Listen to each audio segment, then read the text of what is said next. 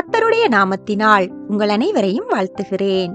இயேசு மனுஷகுமாரனாக பூமியில் வெளிப்பட்ட போது ஜனங்கள் மத்தியில் போதகம் பண்ணி அவர்களுக்கு அநேகம் அற்புதங்களையும் அடையாளங்களையும் செய்தார்.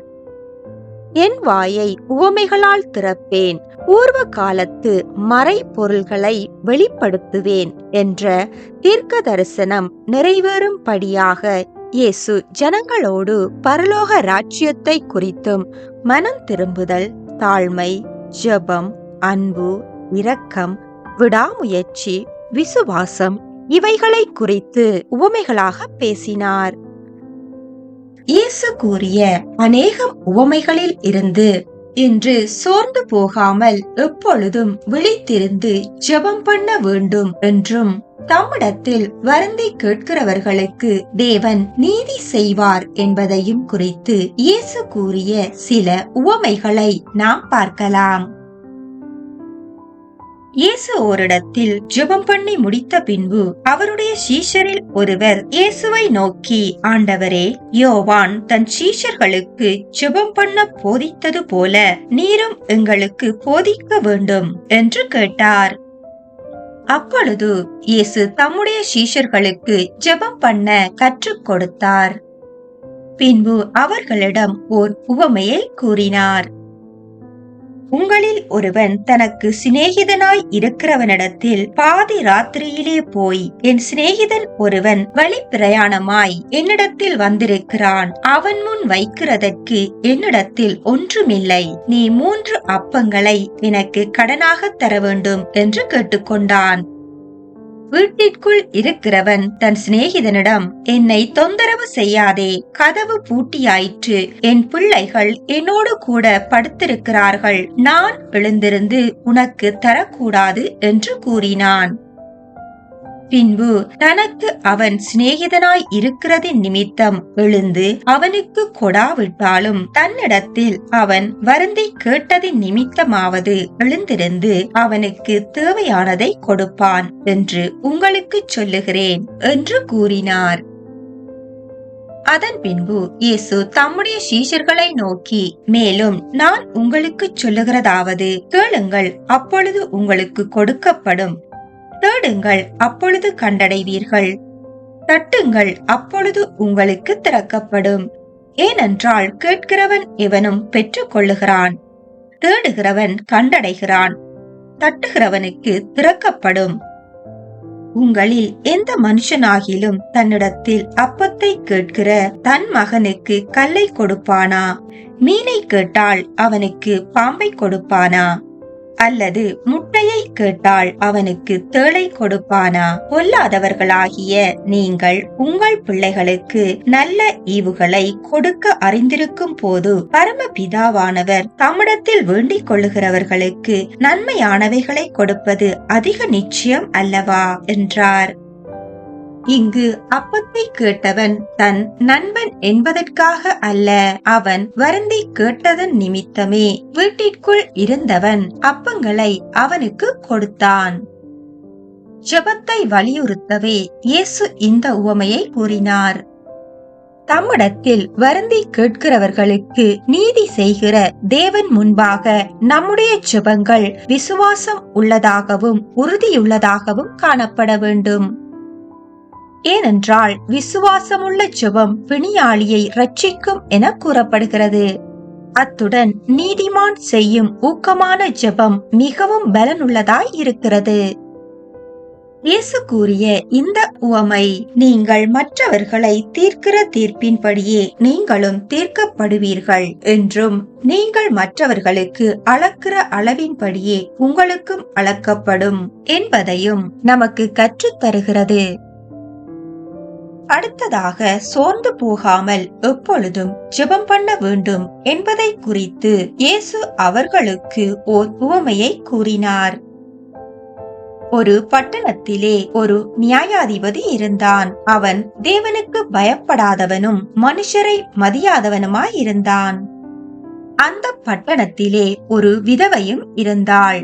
அவள் நியாயாதிபதியினிடத்தில் போய், எனக்கும் என் எதிராளிக்கும் இருக்கிற காரியத்தில் எனக்கு நியாயம் செய்ய வேண்டும் என்று விண்ணப்பம் பண்ணினாள். வெகுநாள் வரைக்கும் அவனுக்கு மனதில்லாதிருந்தது. பின்பு அவன், நான் தேவனுக்கு பயப்படாமலும் மனுஷரை மதியாமலும் இருந்தும் இந்த விதவை என்னை எப்பொழுதும் தொந்தரவு செய்கிறபடியினால் இவள் அடிக்கடி வந்து என்னை அலட்டாதபடி இவளுக்கு நியாயம் செய்ய வேண்டும் என்று தனக்குள்ளே சொல்லிக் கொண்டான் என்றார். இன்னும் இயேசு அவர்களை நோக்கி, அநீதியுள்ள அந்த நியாயாதிபதி சொன்னதை சிந்தித்துப் பாருங்கள். அந்தப்படியே தேவன் தம்மை நோக்கி இரவும் பகலும் கூப்பிடுகிறவர்கள் ஆகிய தம்மால் தெரிந்து கொள்ளப்பட்டவர்களின் விஷயத்தில் நீடிய பொறுமையுள்ளவராய் இருந்து அவர்களுக்கு நியாயம் செய்யாமல் இருப்பாரோ? சீக்கிரத்திலே அவர்களுக்கு நியாயம் செய்வார் என்று உங்களுக்கு சொல்லுகிறேன். ஆகிலும் மனுஷகுமாரன் வரும்போது பூமியிலே விசுவாசத்தை காண்பாரோ என்று கூறினார். இந்த நியாயாதிபதி தேவனுக்கு பயப்படாதவனும் மனுஷர்களை மதியாதவனுமாக இருந்தான். இவன் இரக்க குணமும் உதவி செய்யும் மனப்பான்மையும் மற்றவர்களின் தேவைகளை குறித்த உணர்வும் இல்லாதவனாக காணப்பட்டான். வேதத்தில் விதவையையும் திக்கற்ற பிள்ளையையும் ஒடுக்காமல் இருங்கள் என்றும், நன்மை செய்ய படியுங்கள், நியாயத்தை தேடுங்கள், ஒடுக்கப்பட்டவனை ஆதரித்து திக்கற்ற பிள்ளையின் நியாயத்தையும் விதவையின் வழக்கையும் விசாரியுங்கள் என்று கூறப்படுகிறது. வெகு நாட்களாக அந்த விதவை அவனை தேடி வந்தும் தன் வழக்கை விசாரித்து தனக்கு நியாயம் செய்யும்படி அவள் கேட்டுக்கொண்ட போதும் அந்த நியாயாதிபதியோ அவளுக்கு உதவி செய்ய மனதில்லாதிருந்தான். ஆனாலும் சோர்ந்து போகாமல் அந்த விதவையும் அந்த அநீதியுள்ள நியாயாதிபதியிடம் சென்று தன் வழக்கை விசாரித்து தனக்கு நியாயம் செய்யும்படி வேண்டினாள்.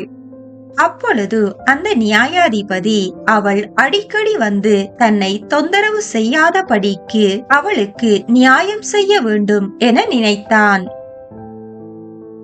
அவர் தாமதிக்கிறார் என்று சிலர் எண்ணுகிறபடி கர்த்தர் தமது வாக்குத்தத்தத்தை குறித்து தாமதமாய் இராமல் ஒருவரும் கெட்டு போகாமல் எல்லோரும் மனம் திரும்ப வேண்டும் என்று விரும்பி நம்மேல் நீடிய பொறுமையுள்ளவராய் இருக்கிறார்.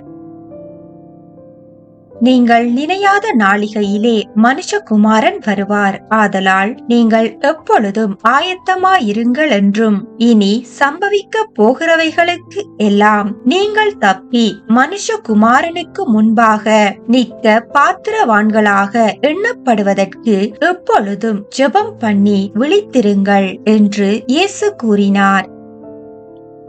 நீதியை சரிக்கட்டும் நாள் என் மனதில் இருந்தது, என்னுடையவர்களை மீட்கும் வருஷம் வந்தது என கர்த்தர் கூறினார். ஆகவே இக்காலத்து பாடுகள் இனி நம்மிடத்தில் வெளிப்படும் மகிமைக்கு ஒப்பானவைகள் அல்லவென்று எண்ணுகிறேன் என அப்போஸ்தலராகிய பவுலும் கூறுகிறார். எனவேதான் உன் செய்கைகளை கர்த்தருக்கு ஒப்புவி, அப்பொழுது உன் யோசனைகள் உறுதிப்படும், அவரும் இருதயத்தின் வேண்டுதல்களை நிறைவேற்றுவார் என வேதம் சொல்லுகிறது. இயேசு கூறிய இந்த உவமைகள் நம்முடைய ஜெபங்கள் கர்த்தருக்கு முன்பாக எப்படி காணப்பட வேண்டும் என நமக்கு கற்றுத் தருகிறது. முதலாவது, நாம் இடைவிடாமல் ஜெபம் பண்ணி சோஸ்திரத்துடனே ஜெபத்தில் விழித்திருக்க வேண்டும். அடுத்ததாக, வேதத்தில் நீங்கள் ஒன்றுக்கும் கவலைப்படாமல் எல்லாவற்றையும் குறித்து உங்கள் விண்ணப்பங்களை சோஸ்திரத்தோடே கூடிய ஜெபத்தினாலும் வேண்டுதலினாலும் தேவனுக்கு தெரியப்படுத்துங்கள். அப்பொழுது எல்லா புத்திக்கும் மேலான தேவ சமாதானம் உங்கள் இருதயங்களையும் உங்கள் சிந்தையையும் கிறிஸ்து இயேசுவுக்குள்ளாக காத்துக்கொள்ளும் என கூறப்படுகிறது. ஆகவே நாம் இடைவிடாமல் ஜெபம் பண்ணி எல்லாவற்றிலேயும் சோஸ்திரம் செய்வதே கிறிஸ்து இயேசுவுக்குள்ளாக நம்மை குறித்ததான தேவனுடைய சித்தமாயிருக்கிறது. வேதத்தில் ஜெபத்தினால் கர்த்தரிடத்தில் இருந்து நன்மைகளை பெற்றுக்கொண்ட சிலரை குறித்து பார்க்கலாம். கர்த்தரிடத்தில் அன்று அன்னாள் வருந்தி ஜெபித்த ஜெபம் அன்னாளுக்கு சாமுவேலை கொடுத்தது. சிறைச்சாலையில் இருந்த பேதுருவுக்காக சபையோர் செய்த ஊக்கமான ஜெபம் பேதுருவை விடுதலையாக்கியது. வேதத்தில் தாவீது தேவனுக்கு முன்பாக அவர் செய்த விண்ணப்பங்களையும் ஜெபங்களையும் பாடல்களாக எழுதியுள்ளார். அடிமைகளாக பாபிலோனுக்கு கொண்டு செல்லப்பட்ட தானியேல் கர்த்தரிடத்தில் 3 வேளையும் ஜெபித்தார். கர்த்தருக்கு பிரியமான தானியேல் ஜெபிக்கும் போதே கர்த்தரிடத்திலிருந்து பதில் வந்தது. நாம் கர்த்தரிடத்தில் மனமகிழ்ச்சியாய் இருந்து நம் இருதயங்களை அவர் முன்பாக ஊற்றிவிடும் போது நம் இருதயத்தின் வேண்டுதல்களை கர்த்தர் நமக்கு அருளிச் செய்வார். அத்துடன் அவர் மேல் நம்பிக்கை வைத்து நம் விண்ணப்பங்களையும் வேண்டுதல்களையும் தெரிவிக்கும் போது தேவன் நம் காரியங்களை வாய்க்க பண்ணுவார். நாம் கர்த்தரையே நோக்கி பார்த்து ஜெபத்தில் காத்திருக்கும் போது நீதியுள்ள நியாயாதிபதியாக நம்முடைய காரியங்களை வாய்க்க பண்ணி தேவன் சீக்கிரத்திலே நீதி செய்கிறவராய் இருக்கிறார். தேவன் நமக்கு நன்மையானவைகளை கொடுப்பது மாத்திரம் அல்ல, நாம் வேண்டிக் கொள்ள வேண்டியது இன்னது என்று அறியாத வேளையில் நமக்காக வேண்டுதல் செய்ய பரிசுத்த ஆவியானவரையும் நமக்கு கொடுக்கிறார். நாம் சோர்ந்து போகாமல் அனுதினமும் ஜெபத்தில் விழித்திருப்போம். நாம் தொடர்ந்தும் இயேசு கூறிய உவமைகள் எனும் தொடரில் இயேசு கூறிய உவமைகளையும் அதன் பின்னணியையும் அவர் வெளிப்படுத்திய மறைபொருளையும் அது நமக்கு எவைகளை கற்றுத் தருகிறது என்பதையும் தொடர்ந்து வரும் நாட்களில் நாம் பார்க்கலாம். மற்றுமொரு பதிவில் சந்திக்கலாம். கர்த்தருடைய நாமத்திற்கு மகிமை உண்டாவதாக.